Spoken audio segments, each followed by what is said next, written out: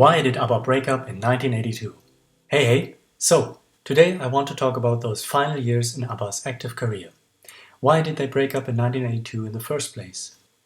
The fact is, I can't really give an explanation, since first of all, they never really gave an explanation, and secondly, I wasn't there.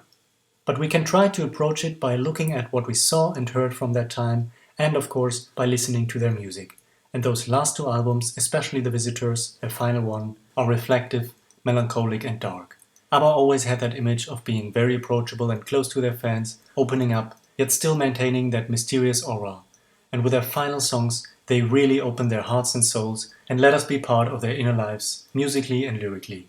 Songs like One of Us and When All Is Said and Done are basically a mirror of their lives being divorced from one another, and that final song on The Visitors, Like an Angel Passing Through My Room, couldn't be more about solitude and finality.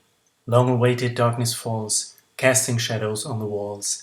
In the twilight hour I am alone, sitting near the fireplace, dying embers warm my face.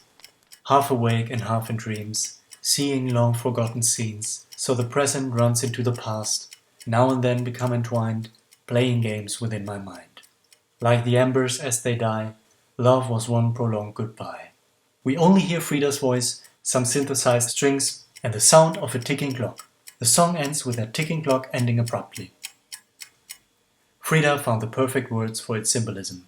The ticking of the clock, she says, and time goes by. You have to go with it, you can't stop time.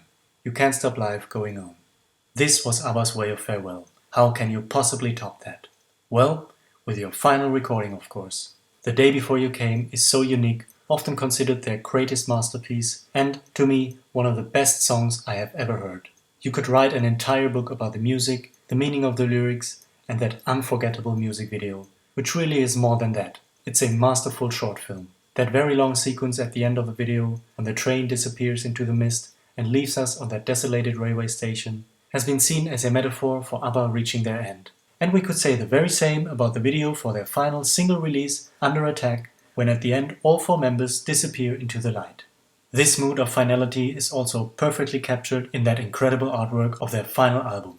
These are not four people in unison. And of course they have gone their separate ways in private life over those last few years. Agneta and Björn divorced in 1978, Frida and Benny in 1981. They did go on record saying that it was much easier to work together now that they are not seeing each other in private so often. And maybe that's true.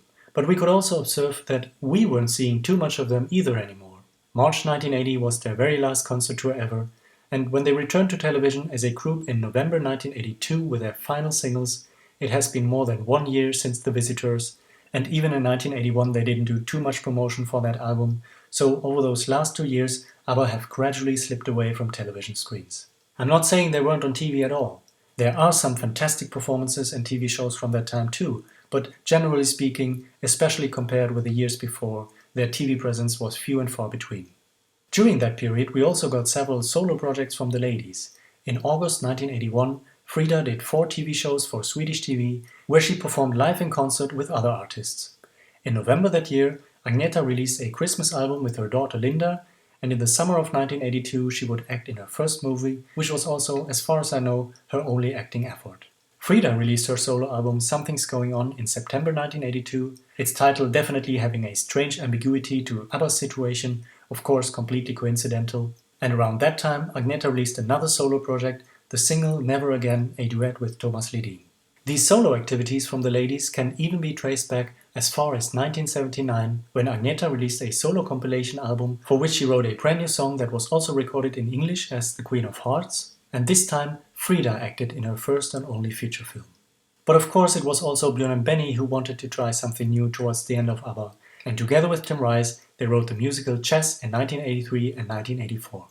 In January 1983, Agneta, working on her next solo album, gave an interview for a Swedish newspaper in which she actually said that ABBA had split up. That made her the first member who explicitly said that the ABBA era would be over. And I'm not sure if there are any more occasions where one of them would go on record saying that, but for the most part they kept it more ambiguous and open-ended, often insisting that it was only a break. Ja, es ist nur eine Pause, aber wie lang die Pause werden sollte, das wissen wir nicht. Well, now almost 40 years later, we can say that they certainly kept their word. And in those 40 years, they would pursue their solo careers and gave us many fantastic projects. And as I said in another video of mine, as gradually as they grew apart after 1982, they somehow grew together again over the last few years. And very soon we might expect them to be back with new music, and it was only a break after all. Alright, until then, hey do!